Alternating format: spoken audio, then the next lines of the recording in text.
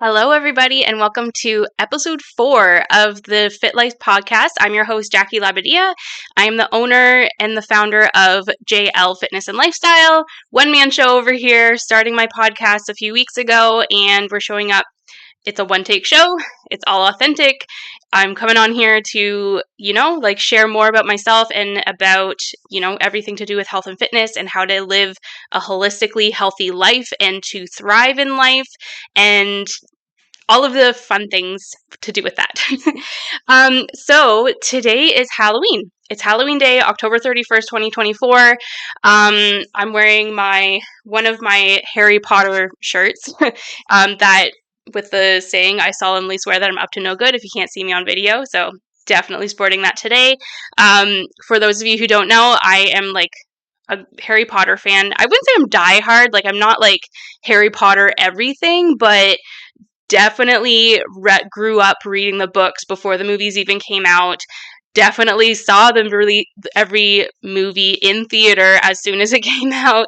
And I guess even prior to that, like as the books came out, like every summer that they came out, I would spend hours and hours and hours in my room reading Harry Potter, and it was just like my entryway into the fantasy world. And now I'm in my 30s and I'm definitely like back into the fantasy world, but the more like adult versions that are going around right now, and I am like here for it. It's such a great escape for me, and I don't know, like there's just something so I look forward to reading every single night before I go to bed, and it helps me to sleep and turn off my brain and get away from some of the things that I need to think about on a daily basis and put my mind somewhere else. And I'm just really loving that part of like my lifestyle lately. So anyways, for those of you who have kids, I have two littles. I have a 4-year-old boy, and my daughter is going to be 2 in January. So we're at this fun age with Halloween where like my daughter doesn't fully understand, but she's playing around with it and like playing on my son's feelings about Halloween, and my son is like ecstatic for Halloween. He's been talking about Halloween since like August. um so it's so much fun now to like do all these things with them, and like for Christmas to come up and like doing all that stuff. And there's just something to be said about like the magic of these holidays being brought back when you have little kids who are so excited for it, and you get to create all of these memories and whatnot with them. My son in particular, ever since he was like 2, it started with actually even before that, but 2 for sure. It started with the inflatable blow-ups, like any of those kind of like inflatable decorations that you see around Halloween and Christmas time. He is obsessed with them. And when I tell you, like, yeah, like last year around Christmas time, the entire month of December, him and I had a nightly routine where we would go driving around our neighborhood, or walking, depending on the weather. And every single night we would go around, and he knew exactly which houses he wanted to go see because he knew that they had inflatable blow-ups in front of their house. And so he would ask, like, he would kind of like identify each house by like the location or maybe like which blow-ups there were. So like this one house near us, this house had like, I don't know, like 5 or 6 of those like 20-foot blow-ups. So he was asked to like go see the house with the big blow-ups. And then there was another house that was on a corner, and it had like multiple, like maybe like 20 different smaller blow-ups. And he would like be like, okay, now we have to go to the corner house and see all those blow-ups. And we had this routine. He had this regimen, and now it's back. And now it has started at Halloween. And anytime we hop in the car or we're going for a walk or anything like that, he knows where to go, and he tells me where he wants to go so he can see specific inflatable blow-ups. He even watches YouTube videos about inflatable blow-ups and stuff like that. Like he is just obsessed with them, and he thinks they are the best thing ever. And it's just one of those things where like to us it's like not a big deal. They're kind of just like honestly like kind of corny decorations, but they bring him so much joy, and it's just so fun to watch him in this phase, and I just kind of hope he never loses it. But yeah, even prior to that, when he was like maybe 1 or 2, it started with fans. He had this like fascination with ceiling fans to start, and I think a lot of babies have that kind of because it kind of like replicates a mobile, I would think. And then it turned into like anything that had a fan or anything that kind of replicated a fan. So like we would be going on walks and he was like not even 2, and I would be like, oh hey look buddy, like there's a dog, and he would be like Boomba, and that was his word for air conditioner. And he would be like Boomba, Boomba, Boomba, and it was because like every house you can see at the side of their house their air conditioner, and that was what my son was looking at because he knows that air conditioners have fans inside of them that you can see turning around. And if given the choice, he probably would have gone to each house and had looked at each air conditioner. And even since then, it turned from that into like lawnmowers because lawnmowers have the turning blade on the bottom. It's turned into vacuum robots, so like Roombas and things like that, because they have like these little brushes that are turned around like a fan.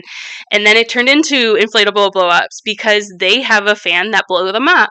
And he is just, yeah, his mind amazes me in the sense that like he has been able to connect all of these things, and they have always been this like consistent interest for him, and it's like kind of segued into other things like building and then understanding how things work, and like he just has this mind that just blows me away, and the connections that he makes to different things and like what they remind him of. And yeah, one of the very, very cool things about being a parent and learning from your kids and like watching them develop their own sense of personality and interests and things like that. So that's where we're at with him. And he is so excited for Halloween. And now he's more into dressing up and like going trick-or-treating and things like that. But it has started with inflatable blow-ups. So if you have an inflatable blow-ups in front of your house, my kid is likely one of the kids who's going to stop and like check it out. So anyways, that being said, I hope everyone has an amazing Halloween, and I hope your kids are going to have an incredible time. I promised a couple weeks ago that I was going to do an episode on macronutrients, and that is what I'm going to do today. Now, that being said, nutrition is such a complex topic, and there's so many things that you can talk about when it comes to nutrition, and even within macronutrients and like what to expect with macronutrients and what to know about them. There's so many levels to this, so many layers to kind of know and understand. So I'm going to make this episode like beginner friendly. Just because I think I could very easily go into each macronutrient and kind of give you probably more information than what you need. And I don't want people ending this episode and being like, okay, I am so confused or overwhelmed or anything like that. So I'm going to try my best to make this beginner friendly and kind of give you the information that you need to know right off the bat, with the understanding that depending on your circumstance and the scenarios and like health markers and stuff like that, there are definitely more specifics you may or may not need to look into. But when it comes to just like the general understanding of macronutrients and how it plays a part in your health, that's where I'm going to kind of focus on today. I'm also going to have a little, because we're talking about macros, and a lot of this also has to do with tracking macros and like how to understand what kind of macronutrients you're going to need and things like that. We're also going to talk about how this is helpful with developing a good relationship with food. So a little bit of like some of those topics. So yeah, macronutrients. I'm going to go through proteins, fats, and carbs and what those are and how they play a role in us. I'm going to go through some tips on tracking. I do find that tracking in itself, and like I will provide some tips and things like that, but when it comes to like numbers and things like that, that's kind of tricky to talk about, I feel like, on a podcast, just because I don't want it to be too, number heavy, and then everyone just being like, losing interest in what I'm talking about. But I will give you some tips on how to figure out your macronutrients, how to figure out your calories, why it's important to kind of figure this stuff out, and also how it can play a role in developing a better relationship with food and kind of mitigating those beliefs and things like that. So anyways, let's get into it. So I'm going to start with what calories are, because I do think that it is very important to understand what a calorie actually is and how it plays a role in our body. And I think there's so much misconception about calories. I think there's a lot of demonization of calories, which is totally unnecessary, because calories are important. We need to know how many calories we're consuming. We need to have an understanding of like what that looks like for us as individuals. And why is that? Calories are simply a measurement. It's a unit it's a measurement, it's a unit of measurement that measures energy.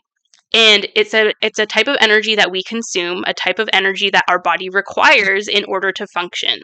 We need calories literally for everything. Just to live, just to sleep, just to sit, just to think, like you need calories and your body uses calories to do those functional things. So I think it's really important to like, if anything you take away from this podcast is calories are not bad. We need calories. And when it comes to certain things in the fitness world, especially when it comes to like fat loss, which is what a lot of people turn to the fitness world for, we need to understand that calories are in itself are not going to make you healthy or unhealthy, but we need to know how much our body requires given a certain amount of factors. So if you are male or female, depending on your height, that can contribute to how many calories you may or may not need. Depending on your weight, will contribute to how many calories you may or may not need. How active you are, because obviously if you are more sedentary, you're not going to require as many calories versus somebody who is highly active. The types of foods that you eat contribute to how many calories your body uses, and therefore how many you might need to consume as well. There are many variables that contribute to how many calories that you need as an individual. And that's really important to understand. So someone like myself, who is 5 feet tall and like 125 pounds, I don't need as many calories as somebody who is 6 feet tall and 200 pounds. And that's just baseline science and how that is going to work. I cannot eat as much as that person is without it having some detrimental effects on probably my own goals and digestive system and like other things that could happen. Calories also does not equal health. And I think that's also something that a lot of people get misconstrued, is that when they look at the nutrition label of something and they see that it's high calories or low calories, they equate that to whether or not it's healthy. So if they see a higher calorie food, they're going to think that it's not healthy for them, versus if they see a lower calorie food, then they think that it's healthier. So I do think we could differentiate between the two with that as well, whereas like we have to kind of understand what health is. And even if something that is high in calories could contribute to weight gain, that doesn't mean that it's not healthy. We can have something that is very nutrient dense and provides us with a lot of nutrition and things that our body needs, and it can still be high calorie. Look at things like avocado, nuts, oils, things that can be very, very nutrient dense, but they are also calorically dense. And I'm going to go into this a little bit more because there's going to be an explanation for this. So there you go. We need calories. What macronutrients are is where your calories come from. So if you were to put this kind of like on like a pyramid of sorts, calories are going to be the most important factor when it comes to fat loss or maintenance or a caloric surplus. We want to know what our calories are. Below that would be our macronutrients. So macronutrients are proteins, fats, and carbs. Those are the three nutrients that our body needs in large quantities, which is why it's called a macronutrient.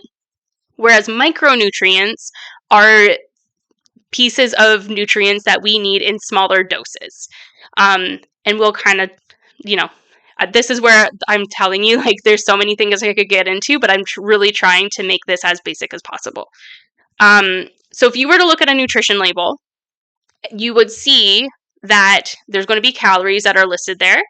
And then you're going to see a whole bunch of other ingredients, right? So if you look to your calories and the fats and the carbs that are listed in that nutritional label, that those grams are what are going to equate to the calories in a sense. So I'm going to start with protein because I'm really trying to make this as simple as possible. So yeah, that's what you need to know is your calories come from proteins, fats, and carbs within a certain ingredient. I actually literally wrote myself a list of like the role that proteins, fats, and carbs play in our bodies because there's so much that they do for us that I didn't really want to overlook anything. And I did want to make sure that I was like touching on all of these facts for you guys. 1 second. So we'll start with protein, mainly because when I work with clients and I have them tracking their food, I mainly have most of my clients track calories and protein. There is a time and a place to track all three nutrients for sure, but protein is by far the most important in terms of maintaining muscle mass, building muscle mass, and it does contribute a lot to how your physique is going to turn out as you lose fat. And we'll get into that in a little bit.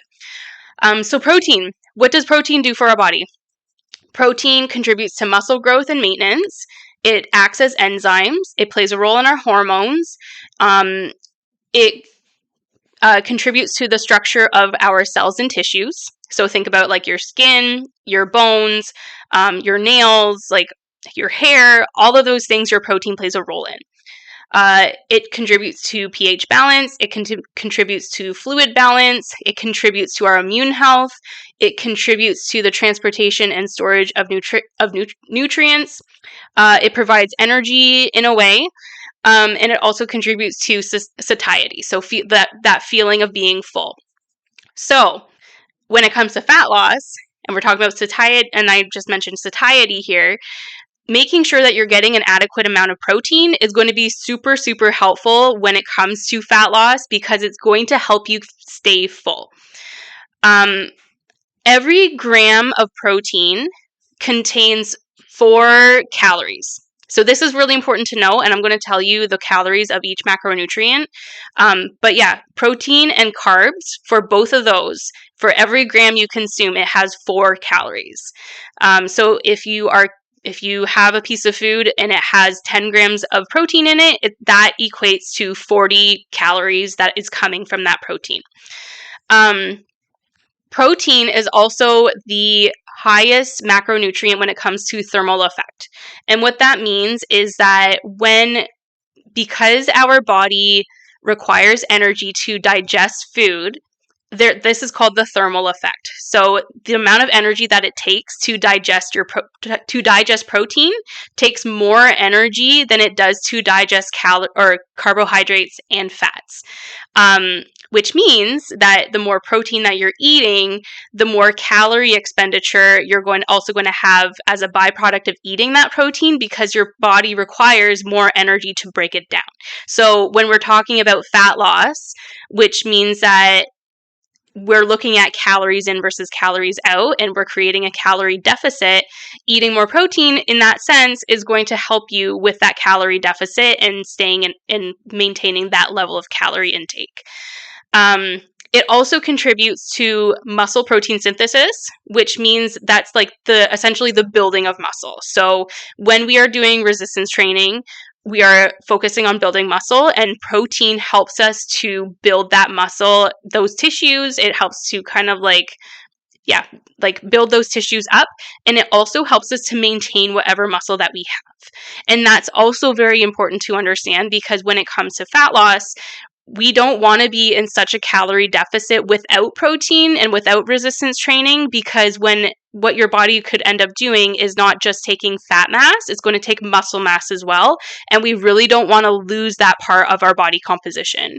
not just for physique purposes. Like if you want to look toned and things like that, you want to keep as much muscle mass as possible and lose the fat mass, because that toned look is essentially just revealing the muscle that's on your body.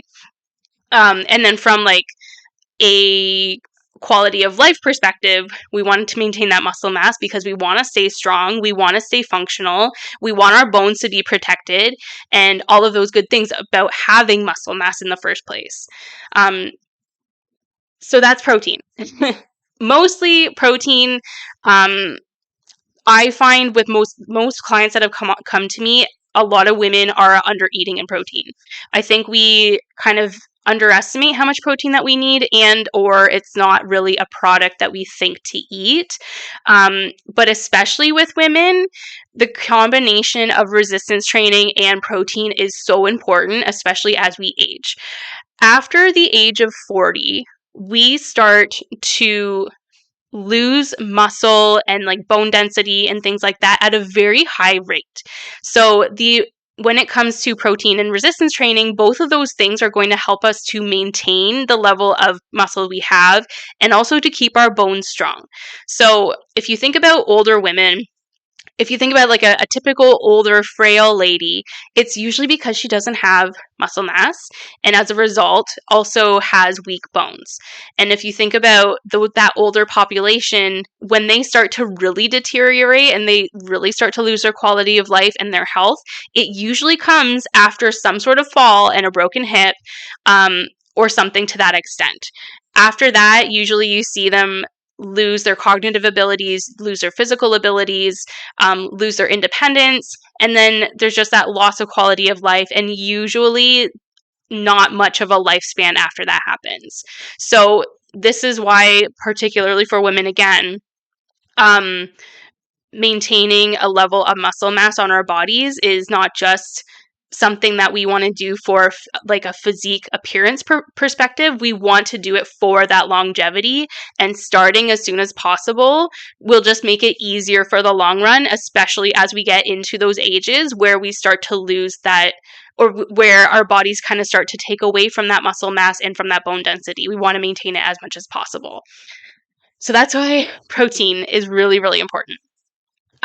Next up, we got carbs. So I wanted to do carbs next just because it has the same caloric density as protein does. And then we'll get into fats and what to kind of look out for, with fats as well. So what's the role of carbs in our body? So carbs are our primary source of energy for the brain, muscles, and all of our cells. Okay? Do not be afraid of carbs. Please, we all need them. We need them. Your carbs fill your glycogen stores. They promote better sleep. They provide fiber to your body. It aids in your CNS system, so your central nervous system. And it provides the majority of your micronutrients through vegetables and fruits. Because I know when we talk about carbs and we talk about cutting out carbs, we often are talking about the starchier carbs, breads, potatoes, whatever, what have you, cakes, whatever. But fruits and vegetables are carbs, people. You need the fruits and vegetables. You need your fiber. Those are so important for your overall health. So ideally, when it comes to building muscle, and macronutrients, carbs are generally the highest macronutrient that we're consuming because it's giving us our energy. It's serving a whole bunch of other purposes. And there's not really like a limiting factor to carbohydrates like there is with protein and fats. And I will explain that a little bit more when I explain fats as well. So with protein, I guess I missed this part. We essentially want to aim for 0.7 grams per pound of body weight. So 0.7 grams of protein per pound of body weight that you weigh. That would be like the minimal kind of range that we want, but still within the optimal range. If you are somebody who is trying to build muscle, you'll want upwards of 1 gram of protein per pound of body weight, maybe even 1.1 or 1.2 grams per pound of body weight. So if you, just for the sake, don't like freak out at me because I'm using 100 pounds as like an example, but this is for the sake of my own, inner calculations.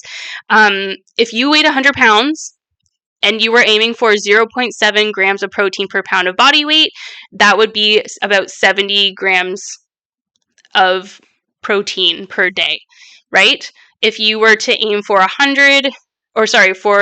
gram per pound, 1 gram of protein per pound of body weight, you would be wanting to eat 100 grams of protein per day. So that's for somebody who weighs 100 pounds. So you would have to do those calculations. If you weigh 125 pounds or if you weigh 175 pounds, multiply that by 0.7, and you're going to get your daily protein intake. That's like minimum that you want to get. And that's like that more ideal range. And again, if you have the goal of building muscle, you're going to increase to about 1 gram per pound of body weight. So if you weigh 175 pounds, you may want about 175 grams of protein. But again, it depends on what your goals are, what's realistic for you, where you're at now, and this is why working with a coach can be really beneficial, because we can help you kind of decide all of those things. But those are the general kind of like optimal numbers. That being said, there is that confusion over what the RDA recommends. So I have had somebody come to me for macronutrients and calculations, and then I told them what it was based on like these ranges, and they came back to me and they were like, well, the RDA says something really like different, and I think that I'm actually getting enough protein based on that. Okay. I forget what the actual number is. I think it's like something like 0.55 grams of protein per pound of body weight that they recommend. I have to look it up. But I did do an article on this, and I did do an article about protein and fiber. So if you haven't seen that or read it, I'll put the link in my show notes about this one.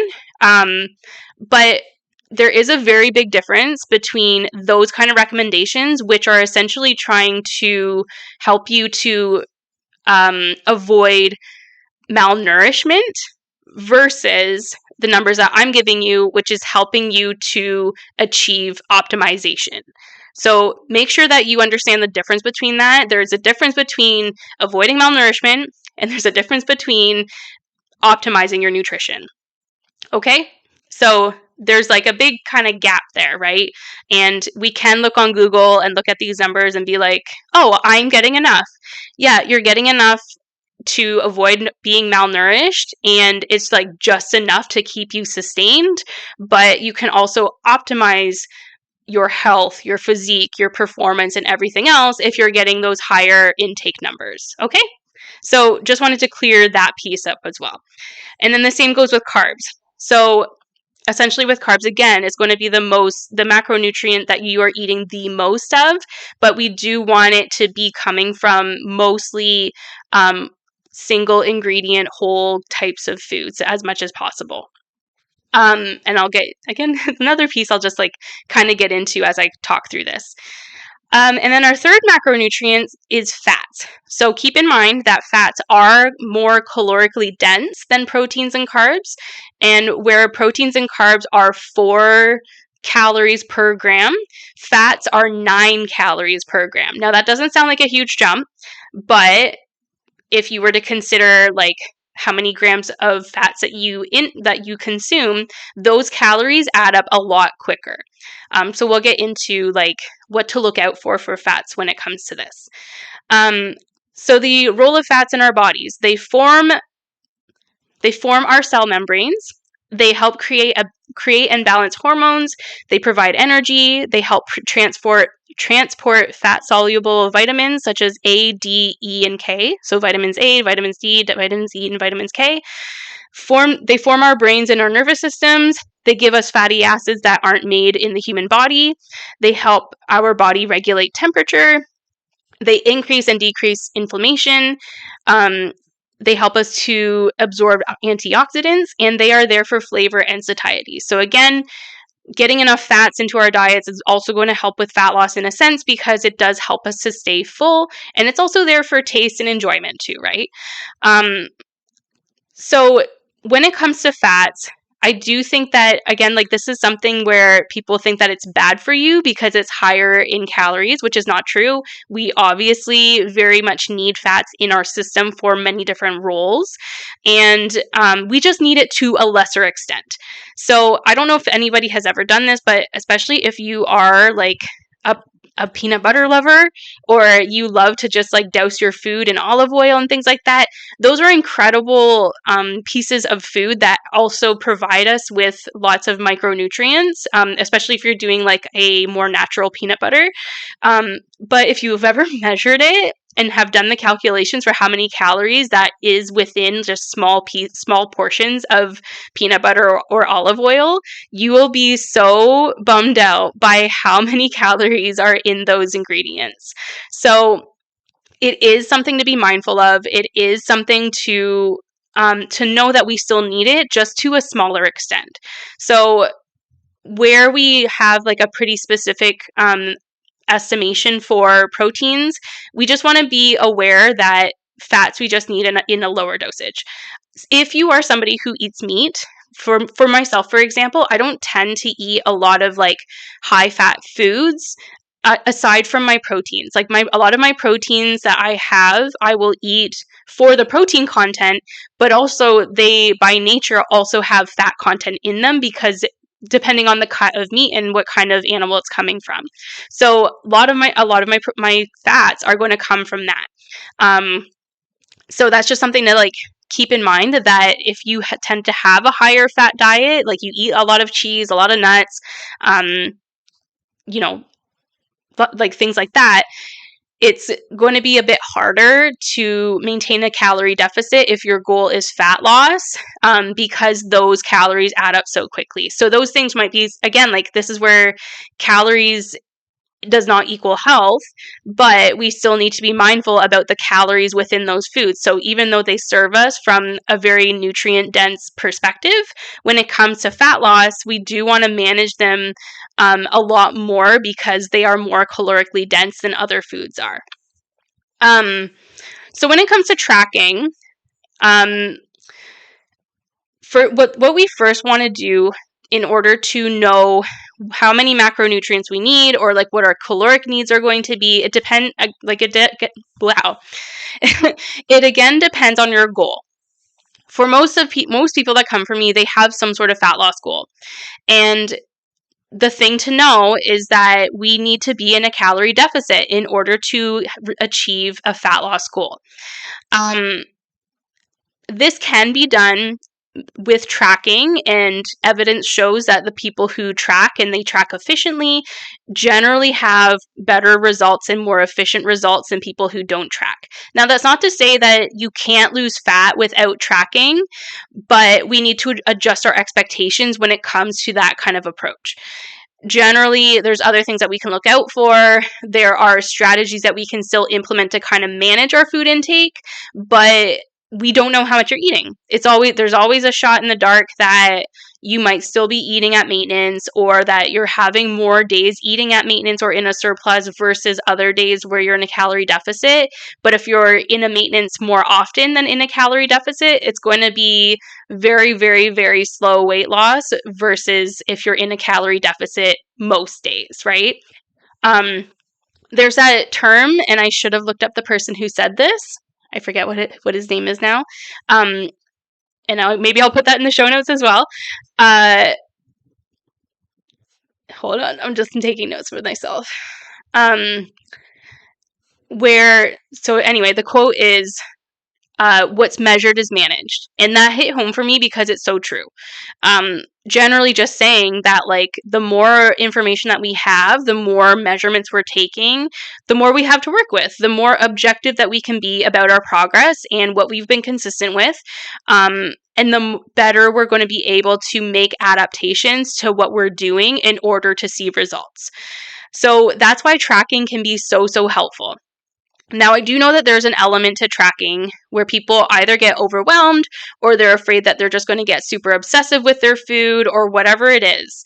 I think the biggest thing, and again, like this does not go for people who have like eating disorders or anything like that, but the biggest thing is understanding what tracking is, in that there is a means to an end, and we can use this as a tool to learn about our food. The more you learn about your food, the more objective you can be about your choices, the more objective you can be about what you choose to eat and how it affects you. And in that sense, we're able to remove the emotion from eating, right? There's a lot of fear. There's a lot of fear mongering around the fitness industry about certain foods, about certain ingredients. And I think this is where people get so overwhelmed with what they should and shouldn't eat and what is actually related to fat loss versus overall health. When you track your food, it's just an easy way, in my opinion, to see what you're putting into your body and to understand how it affects you, and to make that correlation between what foods are actually serving you from a quality of life perspective, and also how you can incorporate other foods that are going to serve you from an enjoyment perspective.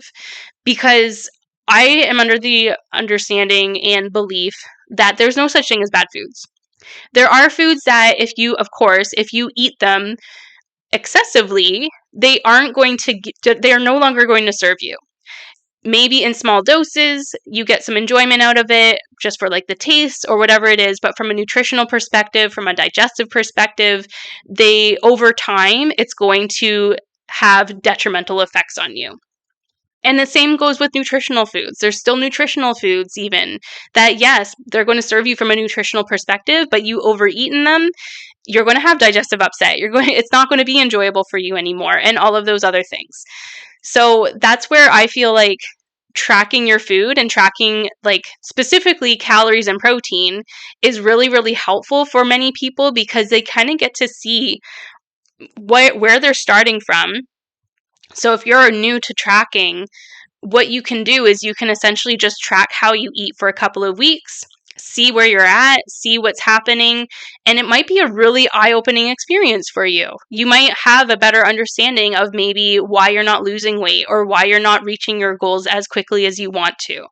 I've had a lot of people who think that they're eating healthy, or they tell me they're eating clean, and as great as that is, that doesn't necessarily mean that you're in a calorie deficit for fat loss. So that's where it can get really frustrating for some people, is understanding the difference. And that's why tracking can be so helpful, because it's essentially like an audit on how you're eating. And I think that's really important to understand. That's really important to get that objective information so that you can see exactly what's happening and how you can fix it. And then, of course, like as I said, there's a means to an end to tracking as well. I don't track 52 weeks out of the year. No way. I mostly track when I'm trying to be in a calorie deficit, just because I know, and especially with somebody of my stature, it's harder for me to stay in a calorie deficit because my numbers need to be pretty low in order for me to lose weight. So it's very easy for me to like pull myself out of the calorie deficit, have an extra snack here or an extra snack there, and all of a sudden I'm not in a calorie deficit anymore. So it's really frustrating.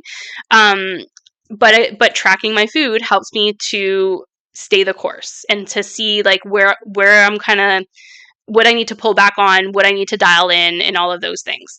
But that being said too, when I first started tracking, the amount of times that I inputted a food and I was like, what?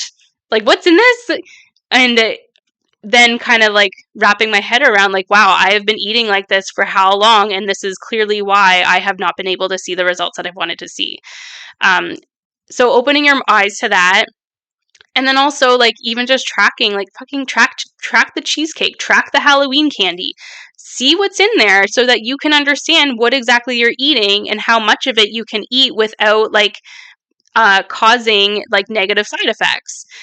You'll be surprised at like how many pieces of Halloween candy you could probably eat in a day, depending on your caloric intake and like what you want to do, before what is too much, right? So essentially what I try to set my clients up with when we start tracking, specifically for fat loss, is I'll have a client track their food for a couple of weeks to see where they're at. Now, again, like as I just said, a lot of clients are blown away by what they're eating because they just didn't know what certain things looked like. So we kind of like tweak it from there. So from there, I'll kind of assess like, okay, like how much protein are you by nature or naturally kind of eating like right now? And how much should we increase it to get it closer to those kind of optimal levels? And then looking at, their fat to carb ratio and wanting to see that there's more carbs than fats for most people. I do make considerations around people who might have, say, like, gluten intolerances, or they just have a preference for a higher fat diet. That's totally fine as well. But as long as they understand what the kind of like detriments can be to that, we can tweak it to that extent as well. And then, we just like we kind of have that goal of moving the needle forward to a more optimal intake. We have a goal of kind of swapping out some foods for maybe like ingredients that are not as processed, or kind of more focused on whole foods and things like that. But the bottom line is, when you can track your food and manage it objectively and you learn about it, where I would start would be with that tracking method. It wouldn't be going into things like, oh my God, I'm eating so much sugar, or oh my God, like I'm eating a lot of cholesterol, or whatever that is. That's not really where I would start somebody who is just starting. What I would have you do is track everything, but also have a focus on eating foods that come from nature. Trying to eat more foods that come from animals and that come from plants and that essentially come from Mother Earth, basically. That's how I kind of phrase it to my clients. Just because even though you can track your food and you can theoretically be in a calorie deficit eating junk, or not, I don't want to say junk, eating higher processed foods or highly palatable foods, it's still possible to stay in a calorie deficit for sure. But it's hard to stay in a calorie deficit with those kinds of foods because they're not giving you the same kind of quality that you're going to get from foods that come from Earth. You're not going to feel as great. You're not going to get the same kind of energy. You're going to be having a lot more crashes. You're not going to be sleeping as well. Your digestion's not going to be as like on par. So those are other things to consider when it comes to what's going to make it easier for you to be in a calorie deficit in order to meet a fat loss goal.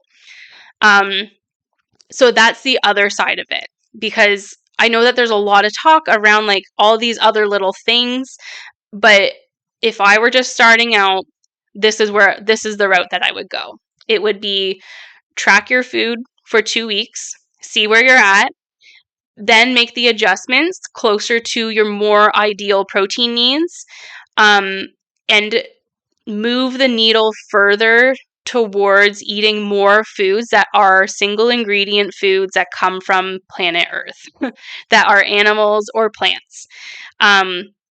Just because the benefits that come from those types of foods are going to make the process so much easier for you, and you're also going to get a plethora of other health benefits.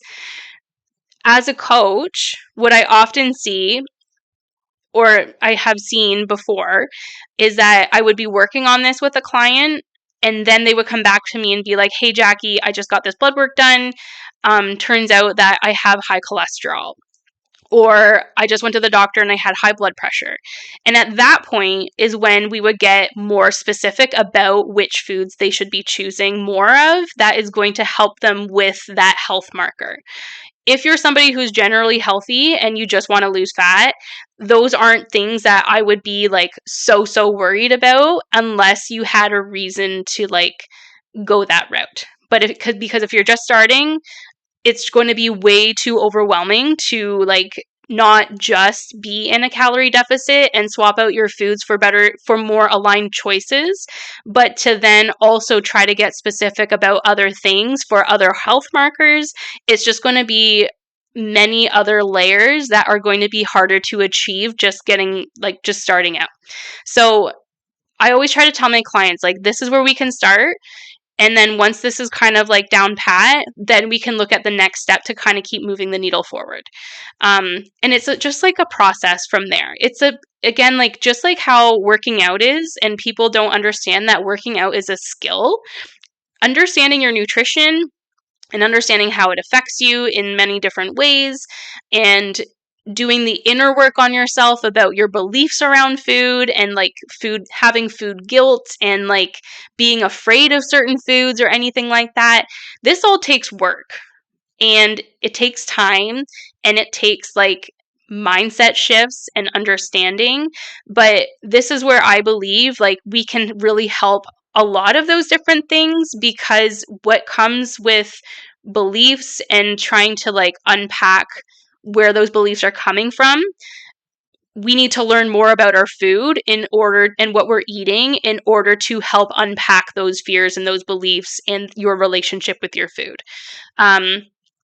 So that's why I feel like tracking and understanding the information and getting objective with it is so beneficial for so many people, not just for the fat loss aspect of it, but for also building a healthier relationship with food. Yeah. So anyways, we kind of like unpacked a lot there in 45 minutes. We talked about the different kinds of macronutrients. So calories are not bad. Calories are made up of how many proteins, fats, and carbs you're eating in a day. Aiming to have all three in your diet is basically the best start.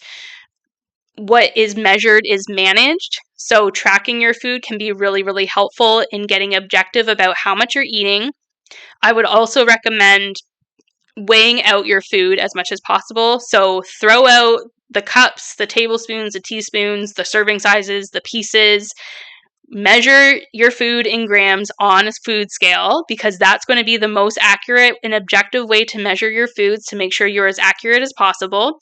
The more accurate you are, the more likely you'll stay in a calorie deficit, the more efficient you're going to see a fat loss phase. And from there, like, pay attention to what you're eating. Pay attention to what those ingredients are made up of. Like, how much fiber is in your food? How many calories are within that? Understand when things are worthwhile to eat and when they're not worthwhile to eat. But understand that there should be no emotional and moral attachment to your foods, but an understanding of when and where they best serve you, whether that's from an emotional perspective or from a nutritional perspective, or a little bit of both. That's where you're going to kind of take your power back in your decision making when it comes to your food, is by understanding all of these aspects of your nutrition and how it serves you in your overall quality of life. So anyways, I'm going to wrap it up there, because I've been talking about almost an hour about this. And again, like, it's such a topic that has so many levels to it.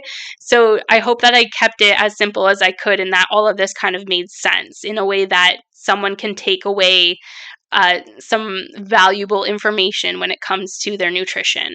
And now I know, like, I had kind of talked mostly about fat loss here, but obviously this also applies to when you're not trying to lose weight. This applies to when you're trying to maintain. This applies to when you're trying to build muscle. And there are like other kind of more specific things that you can do for those different phases, but for the clients that I usually get, it has to do with fat loss, and this is kind of where we start with that. I will have more notes in my show notes, because I'm pretty sure there's a couple of things that I have missed. So take a look in the show notes for sure for some more specifics around certain things too. And I will also provide a little like calorie calculator or something to that effect as well. All right, guys, thank you so much for listening. Next week, I am going to be having a special guest on my podcast, or we have like a planned session anyway, so hopefully it will happen. So yeah, I'm looking forward to seeing you guys next week, and I hope everyone has a safe and happy Halloween, and I'll see you back here next week.